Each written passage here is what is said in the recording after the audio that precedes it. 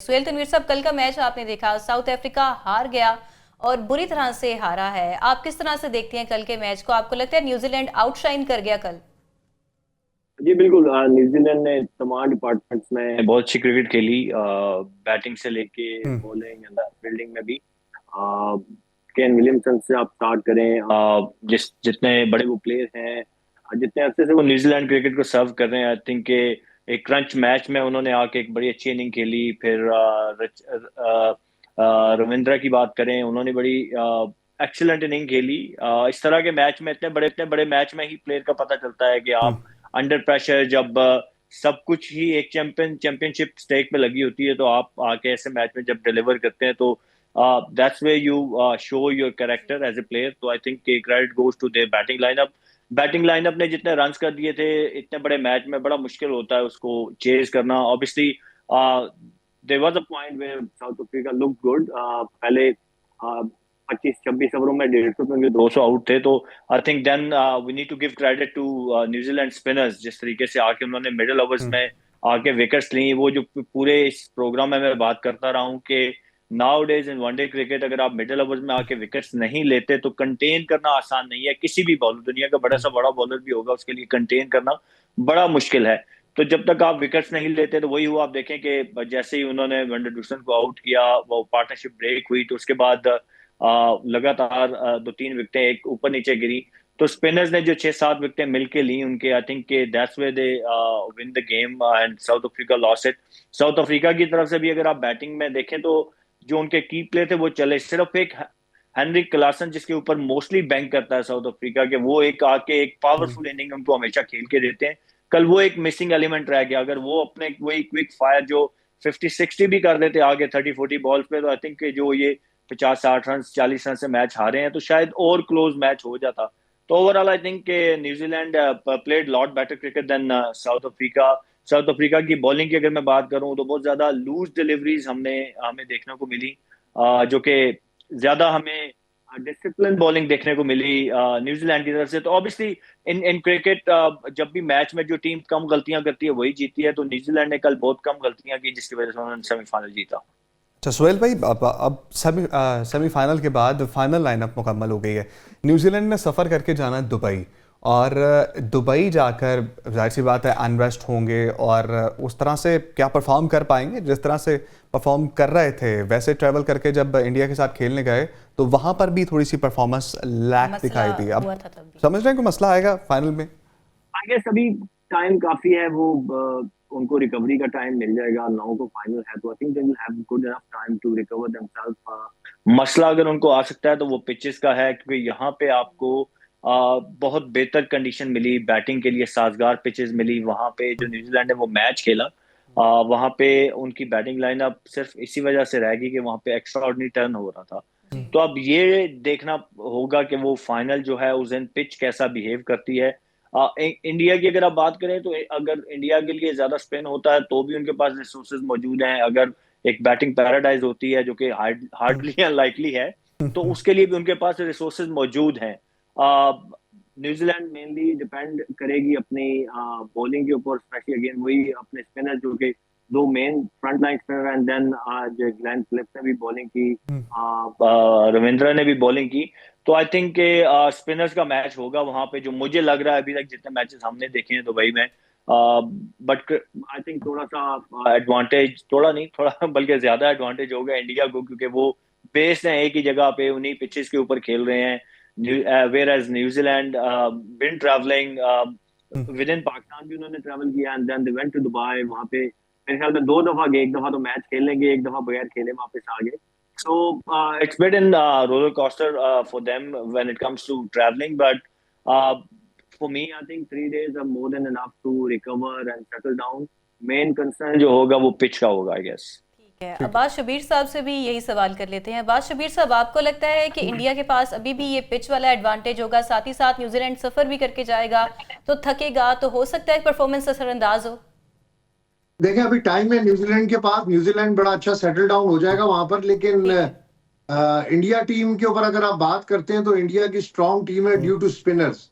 Spinners का as है India को बहुत ज्यादा। न्यूजीलैंड भी टॉप फॉर्म के अंदर है, फाइनलिस्ट टीम है, उसको भी हम अंडर एस्टिमेट नहीं कर सकते। बिल्कुल ठीक। लेकिन अगर if we compare India and New Zealand, तो मुझे लगता है कि चैंपियंस ट्रॉफी में इस वक्त इंडिया फाइनल के लिए फेवरेट है। ओके बाकी न्यूजीलैंड टफ टाइम दे सकता है इंडिया को। दुबई में जो कंडीशंस हैं उसमें इंडिया ऑलरेडी बड़ा सेटल्ड है। अपना सेमीफाइनल भी उन्होंने वहां पर खेला है, पूल मैचेस भी वहां पर खेले, एक ही स्टेडियम में वो प्रैक्टिस भी कर रहे हैं और मैचेस भी खेल रहे हैं।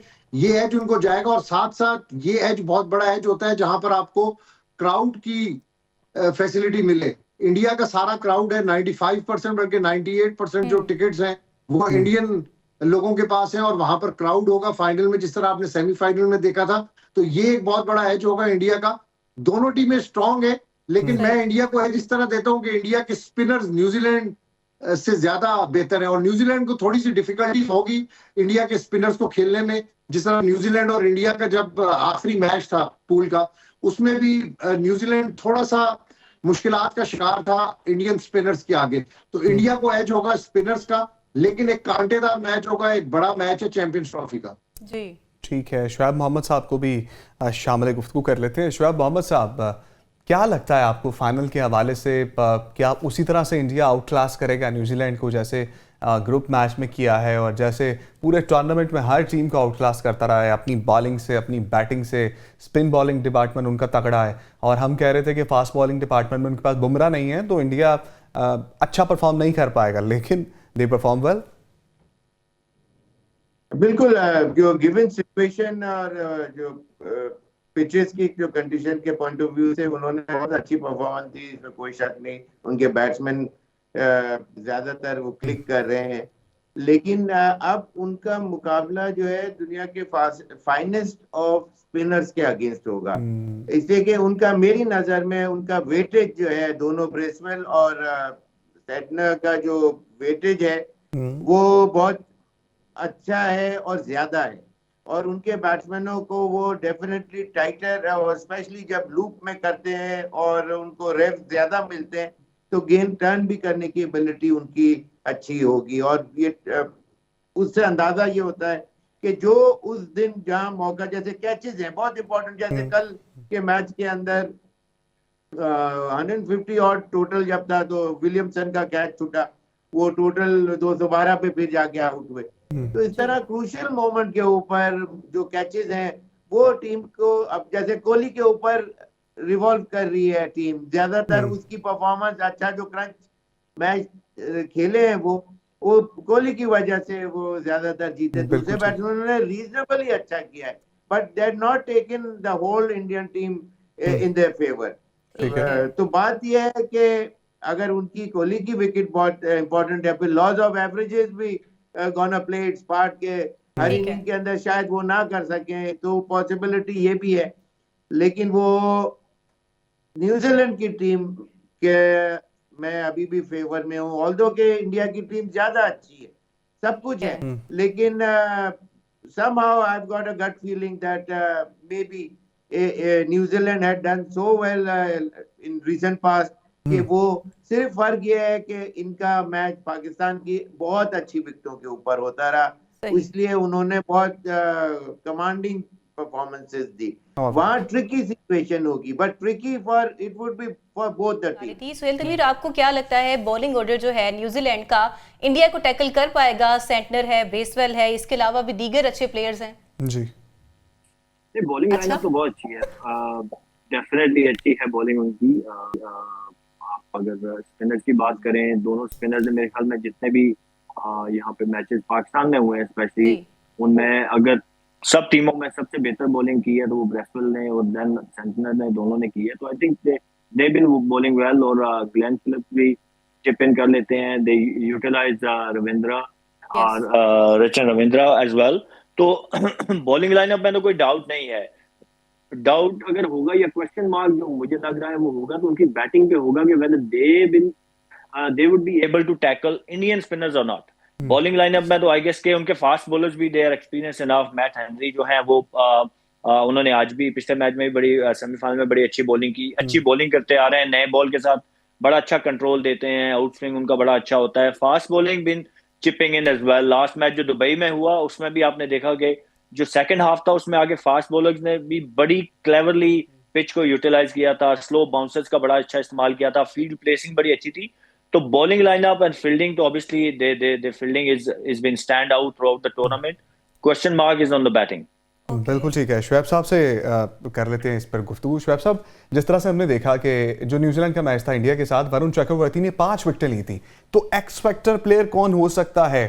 क्या न्यूजीलैंड को डरना पड़ेगा या संभल के खेलना पड़ेगा इंडियन स्पिनिंग लाइन के आगे? देखिए, जो पिछला मैच जो खेले हैं वो न्यूजीलैंड और India at the same time they had nothing to lose. वो उन लोगों के लिए कोई ग्रेट शेक्स नहीं पैदा कर देना था, और उसके अंदर और मेंटली वो सॉर्ट ऑफ स्विच्ड ऑफ। एक तो यहाँ से गए थे और फिर उसमें ऑलरेडी वो सेमीफाइनल्स के लिए क्वालिफाई कर चुके थे, तो अंदर से वो वाली फीलिंग नहीं आ सकती जो एक सेमीफाइनल या फाइनल मैच के अंदर क्रंच सिचुएशन के पॉइंट ऑफ व्यू से। तो ये मैच वो बिल्कुल ऐसा लगेगा कि as if they have been fuel injected with high octane gas, और एकदम डिफरेंट, इसी के वो nature of the game different है, फाइनल स्टेज है। तो इस पॉइंट ऑफ व्यू से जितने बड़े प्लेयर्स होते हैं they rise to the occasion, जिस तरह कोहली है, इसी तरह विलियमसन, सचिन रविंद्र जो है स्टार जो है आजकल, जिस तरह कल उन्होंने इनिंग खेली है, सेंचुरी बनाई और पूरा ले किया फाउंडेशन। तो ये इस तरह के अगर बोनस हो टीम के अंदर कुछ एक से ज्यादा प्लेयरों में, तो फिर वो टीमें डेफिनेटली एक्सेल करती हैं। जी, अब्बास शबीर साहब से भी पूछ लेते हैं। अब्बास शबीर साहब, स्पिन बॉलिंग का मुकाबला होगा फास्ट बॉलिंग के साथ, और दुबई की विकेट जो है वो आपने देखा है कि स्पिनर्स को ज़्यादा सपोर्ट करती है। न्यूजीलैंड के पास सिर्फ 2 स्पिनर्स हैं और उनके रिजर्व में भी 2 फास्ट बॉलर्स हैं, तो किस कॉम्बिनेशन के साथ जा रही है न्यूजीलैंड इंडिया के अगेंस्ट? देखिए, आपको फाइनल के अंदर बिल्कुल डिफरेंट क्रिकेट देखने को मिलेगी। इंडिया और न्यूजीलैंड दोनों अपना 100% देंगे, चाहे वो स्पिनर्स हों, चाहे वो फास्ट बॉलर्स हों, चाहे उनकी बैटिंग लाइनअप हो। दोनों के लिए बहुत बड़ा मैच है, और इसमें मैं दोबारा से आपको कहूंगा कि इंडिया को क्यों एज है कि इंडिया के स्पिनर्स इस पर टॉप फॉर्म में है। चक्रवर्ती की आप बॉलिंग देखें कि वो किस तरीके से उसने लास्ट मैच के अंदर बॉल किया, बहुत बड़ा फैक्टर होगा चक्रवर्ती। पांड्या बहुत बड़ा फैक्टर होगा, और इंडिया की जो बैटिंग लाइन है वो बड़ी स्ट्रांग बैटिंग लाइन है। चाहे विराट कोहली चले या ना चले, रोहित शर्मा चले ना चले, उनके पास 6-7वें नंबर तक प्रॉपर बैट्समैन ऑलराउंडर है। तो इसलिए इंडिया डोमिनेट करेगा न्यूजीलैंड के ऊपर। लेकिन फिर मैं कहूंगा कि न्यूजीलैंड की टीम ने भी बहुत अच्छा परफॉर्म किया है थ्रू आउट टूर्नामेंट, और न्यूजीलैंड भी डिफरेंट क्रिकेट खेलेगा। वो भी जीतने के लिए, चैंपियंस ट्रॉफी जीतने के लिए मैदान में उतरेगा। तो एक बड़ा एक्साइटिंग मैच होगा। इस मैच को अभी हम इसलिए किसी एक टीम के पल्ले में नहीं डाल सकते, क्योंकि दोनों टीमें स्ट्रांग हैं। लेकिन अगर ऑन पेपर्स और ऑन स्टैट्स अगर देखें, पिछली परफॉर्मेंसेस देखें, तो इंडिया बड़े प्रेशर गेम में हमेशा कामयाब होता है। ठीक है, 2023 वर्ल्ड कप में वो ऑस्ट्रेलिया से हारे, लेकिन प्रेशर सस्टेन करता है इंडिया। और न्यूजीलैंड के लिए थोड़ा सा डिफिकल्ट होगा।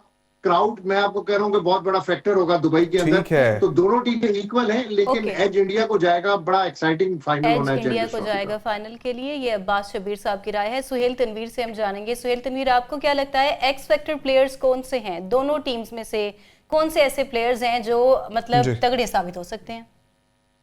देखिए, दोनों टीमें स्ट्रांग टीमें हैं। मैं की प्लेयर्स ऑब्वियसली जो केन विलियमसन या रविंद्रा जैसे फॉर्म में है, और ग्लेन फिलिप्स की जो फॉर्म है, जो वो चिप इन करते हैं, जो उनकी कंट्रीब्यूशन है सेमीफाइनल में, जो उनके इंपॉर्टेंट वो रन्स थे जिसने 320 से 360 पे ले गए, आई थिंक वो बड़ा इंपॉर्टेंट रोल होता है टू सेट अ टारगेट।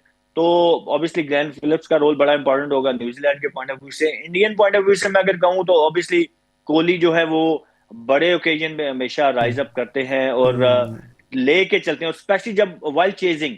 पहली बैटिंग में तो सभी तकरीबन चिप इन कर लेते हैं, जब बट इंपॉर्टेंट रोल प्ले करते हैं जब while they are chasing in big finals और सेमीफाइनल्स। तो आई थिंक कि कोहली का रोल बहुत इंपॉर्टेंट होगा। If they manage to get him out early तो न्यूजीलैंड के लिए बड़ा एक गोल्डन चांस हो जाएगा, क्योंकि बाकी सारे प्लेयर नो डाउट तगड़े प्लेयर हैं, उनके फॉर्म में भी है।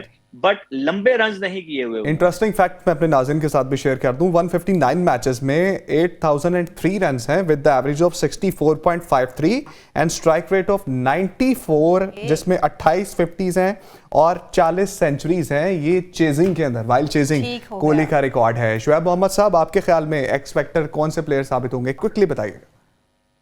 जी, मेरे तो फेवरेट जिस तरह इस मैच में भी थे और वही देखने में आया है, ग्लेन फिलिप्स जिनके पास लाइसेंस टू थ्रिल है, और मिचेल है और रविंद्र। ये तीन मैं समझता हूँ कि ये तीन की हाईलाइटेड परफॉर्मेंस होगी। एंड फ्रॉम बॉलर्स ब्रेसवेल और जो सेंटनर का जो डुओ है वो would excel in this game. ठीक है, अब्बास शबीर साहब, आपके ख्याल में एक्स फैक्टर प्लेयर्स कौन से होंगे दोनों टीमों के हवाले से? देखें, रविंद्र जडेजा, विलियमसन होगा, और उधर से कोहली। नो डाउट के जिस तरह सुहेल भाई ने बात की है कि हमेशा बड़े मैच के अंदर अगर आपको चेस करना पड़े स्कोर, तो कोहली के आप अगर स्टैट्स देखें और रिकॉर्ड देखें तो कोहली ने हमेशा एक अहम रोल प्ले किया है बड़ा टोटल चेस करने में। लेकिन दुबई की जो विकेट है जो अभी तक टूर्नामेंट के अंदर नजर आई है वो 260 270, इससे ज्यादा दुबई की विकेट थोड़ी सी डिफिकल्ट हो जाती है। तो जो पहले बैटिंग करने वाली टीम होगी, अगर वो थोड़ा सा बड़ा टोटल दे देगी तो दूसरी टीम के लिए थोड़ी सी मुश्किलात होंगी। ओके, फिर वही बात करते हैं कि भाई दोनों टीमें इक्वल फॉर्म के अंदर हैं, दोनों ठीक टीमें है। बड़ी बैलेंस्ड हैं और टॉप दोनों फॉर्म के ही अंदर टीमें हैं। फॉर्म एक के अच्छा अंदर है। मुकाबला